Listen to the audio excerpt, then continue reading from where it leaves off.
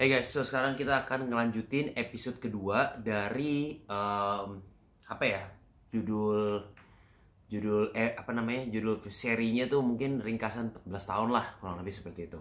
So, ini adalah kesambungan dari yang kemarin dari episode satu. Jadi di episode satu kita lebih ngomongin yang paling penting itu ada teknik. Oke. Nah, sekarang kalau misalkan tekniknya udah oke, terus range of motion udah oke, terus apalagi tempo juga udah oke, baru kita bisa namain bebannya juga udah oke. Nah sekarang harus seimbangin dengan apa? Dengan makannya, right? Kalau misalkan kita teknik semua udah oke, tapi makannya juga kurang, ya otomatis nggak ada. Kayak ibaratnya kita mau bangun rumah lah. Nah makanan itu adalah semennya.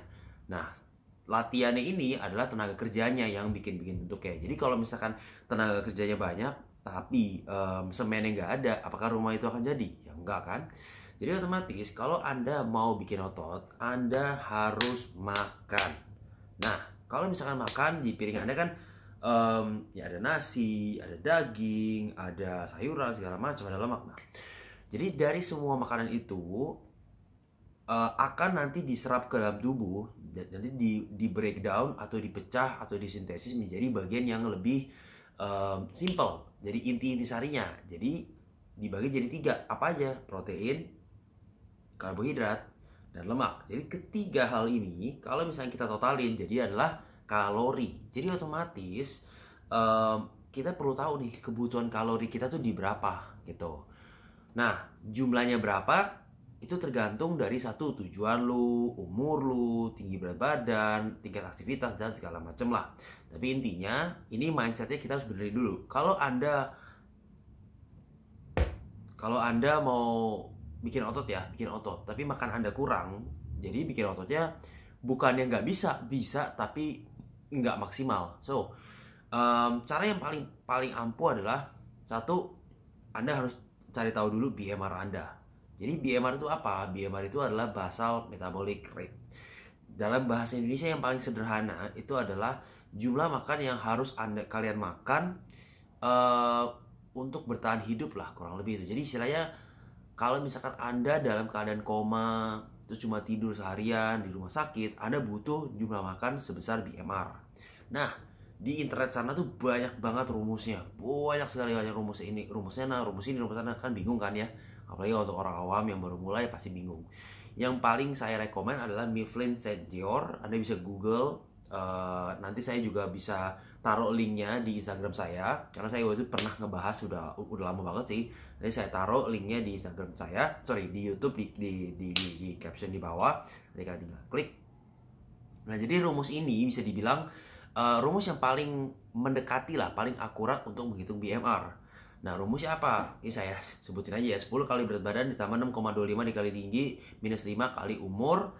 Dan kalau untuk cowok plus 5, kalau untuk cewek minus 161. Nah dari sini Anda bisa dapatkan angka BMR Anda. Nah setelah Anda mendapatkan BMR, sekali lagi secara definisi BMR itu adalah jumlah makan kalau Anda hanya tidur.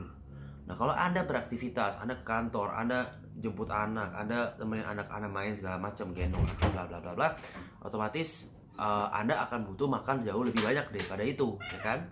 Nah, jadi ada perkaliannya itu kalau menurut di Google, website segala macam, yang paling umum itu adalah dibagi 3 lah, 1,3 kali, 1,5, 1,7. Nah perkalian ini sebenarnya tergantung apa sih? Tergantung dari aktivitas kita sehari-hari. Kalau 1,7 itu bisa dibilang Anda tuh yang kayak seharian jalan terus, jadi kayak orang trainer itu kan hampir nggak pernah diam lah ya istilahnya. Nah kalau misalnya 1,5 ya mungkin yang agak aktif dikit lah. Nah biasanya kalau orang Indonesia, maaf ngantuk. Oke. Nah yang orang Indonesia yang kerja kantoran, duduk terus keseharian, terus baru sore yang nge-gym, biasanya termasuk di perkalian 1,3 kali. Jadi dari angka BMR tadi kalian kali 1,3 kali. Nah, Anda dapat tuh. Nah, angka ini adalah kalori maintenance, yaitu adalah angka ini sebesar dengan TDEE, yaitu apa artinya? Total Daily Energy Expenditure.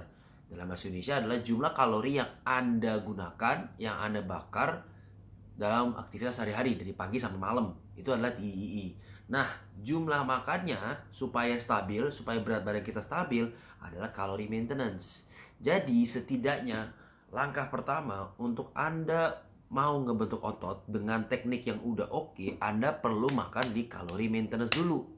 Kenapa nggak langsung ke kalori defisit? Kenapa nggak langsung ke kalori surplus? Ya kan seperti orang-orang pada umumnya kan maunya, oh gue mau ke kalori defisit karena gue mau diet. Nah, sabar dulu.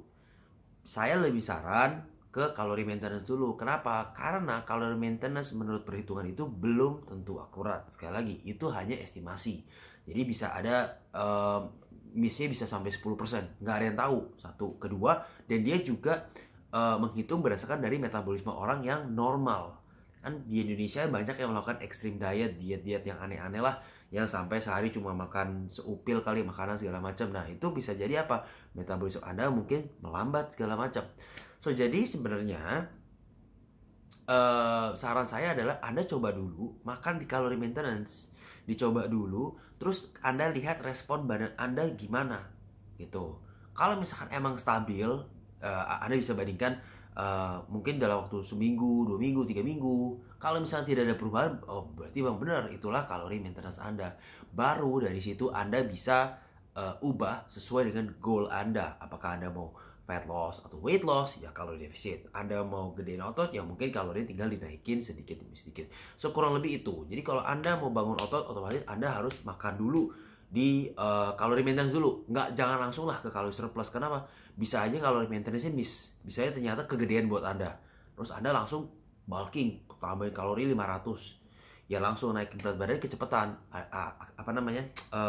Kalau kecepatan berarti kan lemaknya yang nambah, bukan ototnya. So, jadi sekali lagi buat kalian yang mau bikin otot, ya Anda coba makan di kalori maintenance dulu. Nah, pada saat Anda coba ngetes apakah ini benar kalori maintenance lu, bisa jadi lu terjadi dengan teknik yang bagus ya bisa terjadi pembentukan otot pada saat lu coba di kalori maintenance. Jadi saran saya sekali lagi, coba makan dulu di kalori maintenance selama 2 minggu, 3 minggu, baru kalian decide mau ngapain, mau cutting, mau fat loss segala macam, atau mau bulking, it's up to you. Oke? Nah, kurang lebih seperti itulah. Nah, jadi tadi kurang lebih kalori maintenance, kalori apa lagi tadi udah sih.